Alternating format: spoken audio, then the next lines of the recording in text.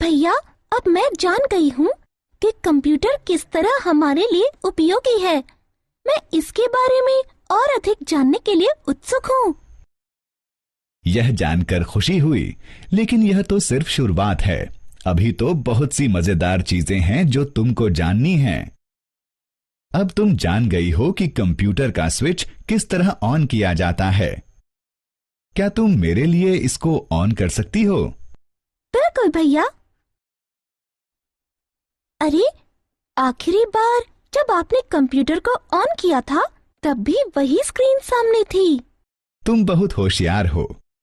तुम बहुत सारी चीजों का ध्यान रखती हो। कंप्यूटर का स्विच ऑन करने पर हमेशा यह स्क्रीन दिखाई देती है।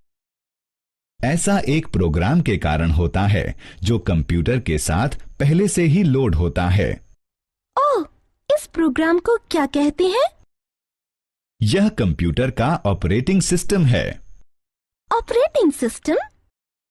हाँ, ऑपरेटिंग सिस्टम। यह वो प्रोग्राम है जो अन्य कंप्यूटर प्रोग्राम से संवाद करने में हमारी सहायता करता है। बहुत मजेदार बात है। तो चलो ऑपरेटिंग सिस्टम और इसके प्रकारों के बारे में और अधिक जानते हैं। हम ऑपरेटिंग सिस्टम की मूलभूत कार्यप्रणाली के बारे में भी जानेंगे।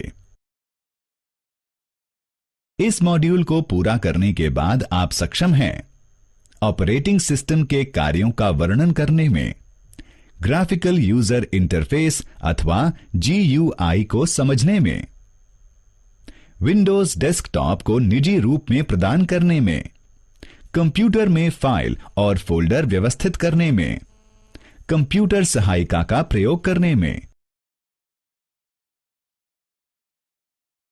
हमने देखा कि ऑपरेटिंग सिस्टम कंप्यूटर के प्रयोग में महत्वपूर्ण भूमिका अदा करता है। आइए ऑपरेटिंग सिस्टम के विभिन्न कार्यों को देखें।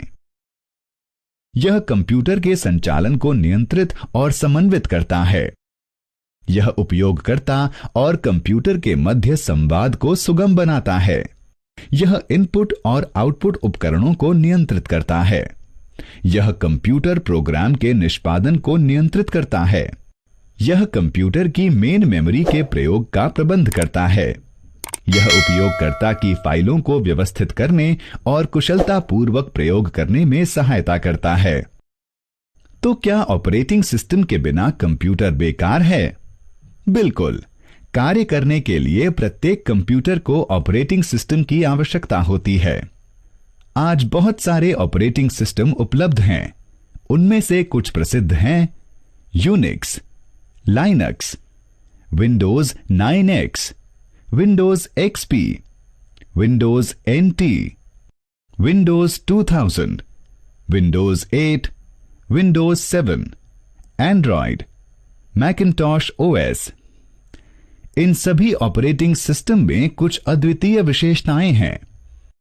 एंड्रॉयड, मैकिन्टॉश OS और विंडोज 8 का प्रयोग मोबाइल फोन में भी होता है।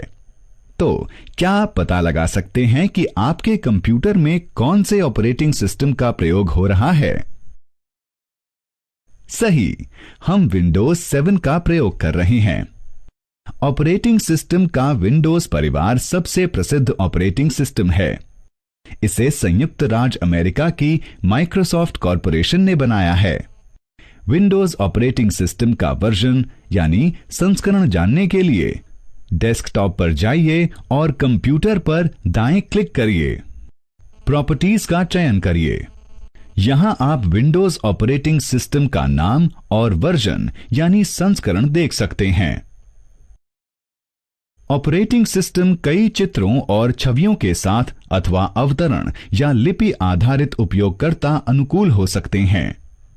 इस विशेषता के आधार पर ऑपरेटिंग सिस्टम को दो वर्गों में विभाजित किया जा सकता है, कैरेक्टर यूजर इंटरफेस अथवा CUI, ग्राफिकल यूजर इंटरफेस अथवा GUI। निम्नलिखित चित्रों को देखिए। पहली छवि में कोई चित्र अथवा छवि नहीं है। इसमें केवल अवतरण और लिपियां हैं, इसलिए इसे कैरेक्टर यूजर इंटरफेस कहते हैं। हम CUI पर कोई भी कार्य अवतरण में आदेश देकर पूरा कर सकते हैं, जैसे रीनेम, CLS, CD, MD और DIR। CUI का उदाहरण है डिस्क ऑपरेटिंग सिस्टम या DOS। अब दूसरी छवि को देखें। इस छवि की पार्श्वभूमि में चित्र और कई छवियां हैं, इसीलिए हम इसको ग्राफिकल यूजर इंटरफेस कहते हैं। GUI के उदाहरण हैं विंडोज XP, विंडोज NT और विंडोज 7। आइए विंडोज 7 के बारे में और अधिक जानें। विंडोज 7 की GUI को देखें। यह इंटरफेस आपके द्वारा प्रयुक्त किए जाने वाले एप्लीकेशन से आपका संवाद बहुत सरल बना देता है। यह आपको प्रोग्राम के चयन और उनको व्यवस्थित बनाने में सहायता प्रदान करता है। विंडोज एक अ, ज, द, ह, व, प, ह प्रकार का ग्राफिकल यूजर इंटरफेस है, जिसका अर्थ है आप जो देखते हैं वही पाते हैं। यदि हमारे कंप्यूटर पर ऑपरेटिंग सिस्टम विंडोज है, तो कंप्यूटर को स्विच ऑन करने पर पहली दिखने वाली स्क्रीन डेस्कटॉप है। यह डेस्कटॉप हमारी मेज के ऊपरी हिस्से के समान होता है। जिस प्रकार हम अपनी मेज पर लिखने के लिए कलम, पेंट करने के लिए ब्रश, कैलकुलेटर और अलार्म घड़ी रखते हैं, उसी प्रकार हम विंडोज डेस्कटॉप का प्रयोग सभी एप्लीकेशन और सुविधाओं को कंप्यूटर में व्यवस्थित रखने के लिए कर सकते हैं। डेस्कटॉप को दो क्षेत्रों में विभाजित किया जा सकता है, मुख्य क्षेत्र अथवा डेस्कटॉप और टास्क बार। नीचे की ओर पतली पट्टी को टास्क बार कहते हैं। टास्क बार में स्टार्ट बटन होता है, जिसके द्वारा हम कंप्यूटर के सभी प्रोग्राम का प्रयोग कर सकते हैं। प्रोग्राम को शीघ्रता से प्रयोग करने के लिए आप प्रोग्रामों को टास्क बार में चित्र या छवि के रूप में भी लगा सकते हैं। टास्क बार में दाईं ओर एक घड़ी होती है। डेस्कटॉप में पृष्ठभूमि होती है। इस पृष्ठभूमि को कंप्यूटर का वॉलपेपर कहते हैं। अगले सत्र में हम डेस्कटॉप के प्रयोग के बारे में और अधिक जानेंगे। पिछले सत्र में हमने फाइल और फोल्डर के प्रबंधन के बारे में पढ़ा था। इस सत्र में हम विंडोज की उन विभिन्न एक्सेसरीज के बारे में सीखेंगे जो हम चित्र बनाने के लिए, सरल और वैज्ञानिक गणना करने के लिए और नोट्स बनाने के लिए प्रयोग करते हैं। विंडोज कई प्रकार की एक्सेसरीज अर्थात सहायक सामग्री आपको आपके काम में सहायता प्रदान करने के लिए प्रदान करती है, जैसे पेंट, कैलकुलेटर और नोटपैड। अपने कंप्यूटर में इन सहायक सामग्रियों को पाने के लिए टास्क बार में स्टार्ट बटन पर क्लिक करें। ऑल प्रोग्राम्स पर माउस को ले जाएं। एक्सेसरीज पर क्लिक करें। अब आप वहां पर मौजूद कई प्रकार की एक्सेसरीज की सूची देख सकते हैं। किसी को भी देखने के लिए एक एक्सेसरी पर क्लिक करें। Screen number 2, paint. चलिए पेंट के साथ शुरू करते हैं। रंगों के साथ तस्वीरें बनाना कितना मजेदार है ना? हम पेंट का प्रयोग कोई तस्वीर बनाने में या अपनी वर्तमान तस्वीर के खाली हिस्से को रंगने के लिए कर सकते हैं। पेंट तस्वीरों को बनाने, संपादित करने और देखने के लिए प्रयोग किया जाता है। सबसे मजेदार तो यह है कि हम खुद की बनाई तस्वीर को अपने डेस्कटॉप पृष्ठभूमि के रूप में भी प्रयोग कर सकते हैं। हम किसी अन्य डॉक्यूमेंट में भी किसी पेंट तस्वीर को कॉपी और पेस्ट कर सकते हैं। पेंट को आरंभ करने से पहले चलिए हम स्टार्ट पेंट को चालू करते हैं और इसकी विंडो को जानते हैं। पेंट चलाने के लिए स्टार्ट बटन पर क्लिक करें। ऑल प्रोग्राम्स पर माउस को ले जाएं। एक्सेसरीज पर क्लिक करें। पेंट पर क्लिक करें। पेंट विंडो दिखाई देगी। वैकल्पिक रूप से आप स्टार्ट मेन्यू में सर्च, प्रोग्राम और फाइल टेक्स्ट बॉक्स में पेंट को टाइप कर सकते हैं। पेंट विंडो को देखें। यह 4 मुख्य भागों में विभाजित होता है। पेंट बटन, क्विक एक्सेस बार, रिबन, ड्राइंग क्षेत्र। पेंट बटन के साथ शुरुआत करते हैं। यह एक पेंट बटन है। आप इस बटन के प्रयोग से कई काम कर सकते हैं। इस पेंट बटन के कई विकल्प निम्न हैं: open, new, save as, print. Open, यह विकल्प वर्तमान पेंट फाइल को खोलता है। न्यू, यह विकल्प नई पेंट फाइल बनाने में सहायता करता है। सेव एज, यह विकल्प पेंट फाइल को सहेजने में सहायता करता है। प्रिंट, यह विकल्प पेंट फाइल को प्रिंट करने में सहायता करता है। अब इसे देखो, यह क्विक एक्सेस टूल बार है। जैसा कि इसके नाम से जाहिर है, यह बार बार प्रयोग होने वाले टूल्स को पाने में आपकी सहायता करता है, जैसे कि सेव, रीडू और अनडू। आप क्विक एक्सेस टूल बार को ड्रॉप डाउन सूची से आइटम चुनकर अपने अनुकूल भी कर सकते हैं। रिबन को देखें। रिबन में 2 टैब होते हैं, होम और व्यू। पहले होम टैब के बारे में जानते हैं। होम टैब में वे टूल्स होते हैं जो तस्वीर बनाने और एडिटिंग करने में सहायता करते हैं। होम टैब कई प्रकार के विकल्प देता है जो कई खंडों में विभाजित होते हैं। वे हैं clipboard, image, tools, brush, shape और कलर। क्लिपबोर्ड में 3 विकल्प होते हैं: कट, कॉपी और पेस्ट। इन तीनों विकल्पों के प्रयोग द्वारा हम पेंट में चयन किए गए ऑब्जेक्ट को कट, कॉपी और पेस्ट कर सकते हैं।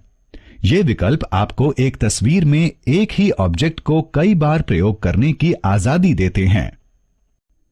इमेज खंड में कई विकल्प आपकी सहायता ऑब्जेक्ट को चुनने और संपादित करने में करते हैं: सिलेक्ट, क्रॉप, रीसाइज और रोटेट। आप सिलेक्शन टूल को तस्वीर के उस हिस्से में ले जा सकते हैं जहां आप कुछ बदलना चाहते हैं। आप क्रॉप टूल की सहायता से किसी भी तस्वीर को क्रॉप कर सकते हैं। क्रॉपिंग आपको तस्वीर को उस तरीके से संपादित करना सिखाती है जहां से केवल तस्वीर का चुना हुआ हिस्सा ही दिखे। आप या तो पूरी तस्वीर को या तस्वीर के कुछ हिस्से को दोबारा आकार देने के लिए रीसाइज टूल का प्रयोग कर सकते हैं। आप पूरी तस्वीर को या उसके चुने हुए हिस्से को घुमाने के लिए रोटेट टूल का प्रयोग कर सकते हैं। टूल्स खंड आपको वे विभिन्न टूल्स प्रदान करता है जिससे आप तस्वीर बना सकते हैं और संपादित कर सकते हैं। ये टूल्स हैं: pencil, fill with colour, text, eraser, colour picker, magnifier. इसे देखें, यह ब्रश ड्रॉप डाउन मेन्यू आपकी सहायता एक तस्वीर बनाने के लिए विभिन्न प्रकार के ब्रश का प्रयोग करने के लिए करता है। शेप खंड आपको विभिन्न प्रकार के आकार प्रदान करता है जो आप अपनी तस्वीर में प्रयोग कर सकते हैं। ये लाइन और कर्व खंड टूल्स भी प्रदान करते हैं ताकि एक सीधी और सरल रेखा खींची जा सके। कलर खंड आपको तस्वीर बनाने के लिए कई प्रकार के रंग प्रदान करता है।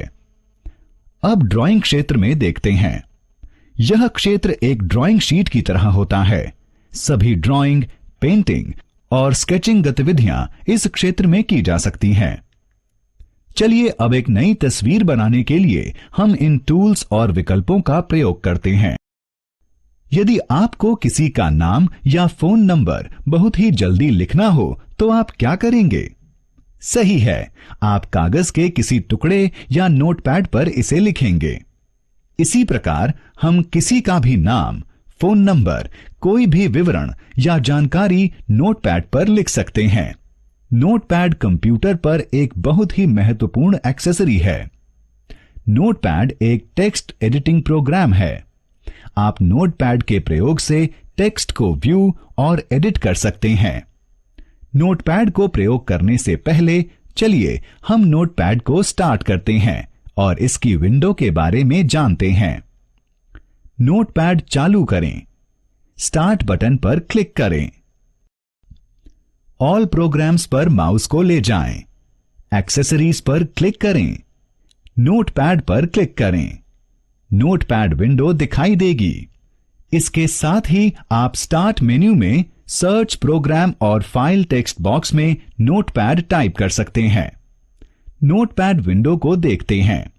इसमें एक खाली स्थान होता है जिसमें आप टेक्स्ट लिख सकते हैं, एडिट कर सकते हैं और देख सकते हैं।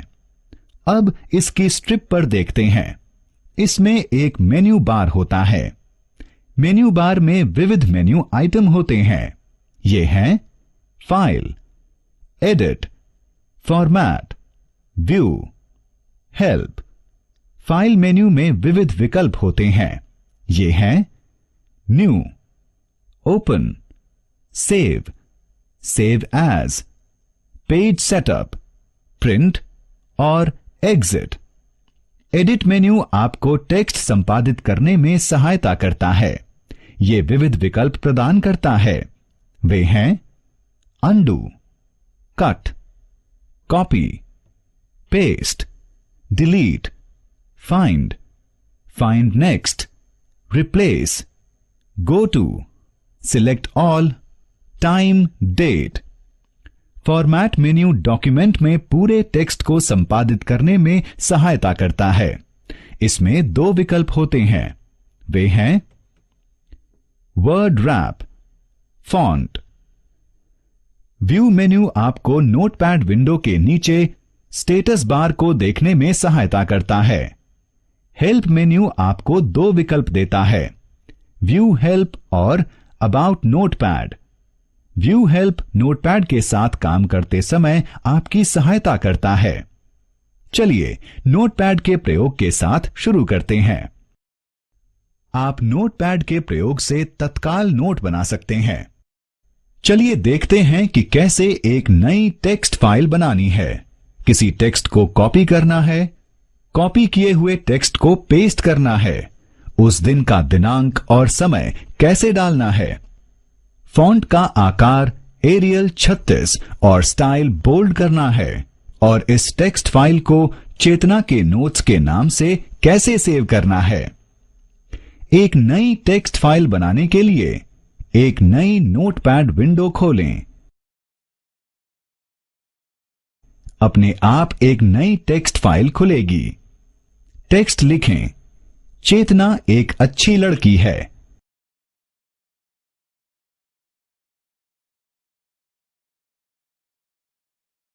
उस टेक्स्ट का चयन करें जो आप कॉपी करना चाहते हैं। पूरे वाक्य को यहां चुनें।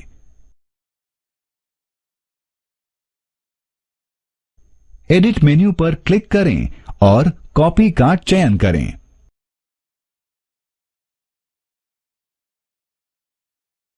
टेक्स्ट या वाक्य कॉपी हो जाएगा। कर्सर को उस स्थान पर रखें जहां आप कॉपी किए गए टेक्स्ट को पेस्ट करना चाहते हैं। एडिट मेन्यू पर क्लिक करें और पेस्ट का चयन करें। कॉपी किया गया टेक्स्ट अब मनचाही जगह पर पेस्ट कर सकते हैं। अब वर्तमान दिनांक और समय पेस्ट करें।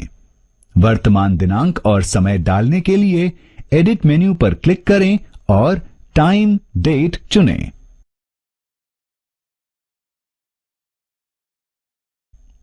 अब मनचाहे फॉन्ट को प्रयोग करें।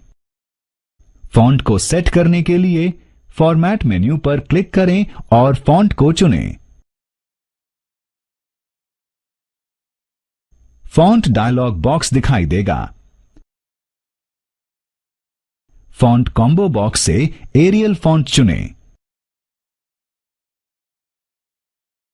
फॉन्ट स्टाइल में बोल्ड और साइज कॉम्बो बॉक्स से 36 चुनें। बदलावों को सेव करने के लिए ओके पर क्लिक करें और फॉन्ट डायलॉग बॉक्स को बंद करें। अब इस फाइल को चेतना के नोट्स के रूप में सेव करें। सेव करने के लिए फाइल मेन्यू पर क्लिक करें और सेव को चुनें। डायलॉग बॉक्स दिखाई देगा। मनचाही स्थान व फोल्डर को चुनें और फाइल का नाम कॉम्बो बॉक्स में चेतना के नोट्स लिखें।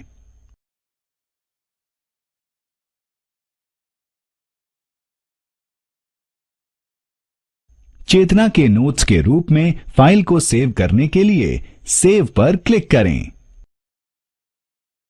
मनचाहे फोल्डर में टेक्स्ट फाइल सेव करी जाएगी। सारांशित करने के लिए चलो देखते हैं कि कैसे नोटपैड के प्रयोग से एक टेक्स्ट फाइल को क्रिएट, एडिट और सेव किया जाता है। चरण 1, नोटपैड विंडो खोलें। चरण 2, टेक्स्ट लिखें, चेतना एक अच्छी लड़की है। चरण 3, उस टेक्स्ट का चयन करें जो आप कॉपी करना चाहते हैं। चरण 4, एडिट मेन्यू पर क्लिक करें और कॉपी का चयन करें। चरण 5, कर्सर को उस स्थान पर रखें जहां आप कॉपी किए गए टेक्स्ट को पेस्ट करना चाहते हैं। चरण 6, एडिट मेन्यू पर क्लिक करें और पेस्ट का चयन करें। चरण 7, एडिट मेन्यू पर क्लिक करें और टाइम डेट चुनें। चरण 8, फॉर्मेट मेन्यू पर क्लिक करें और फॉन्ट को चुनें।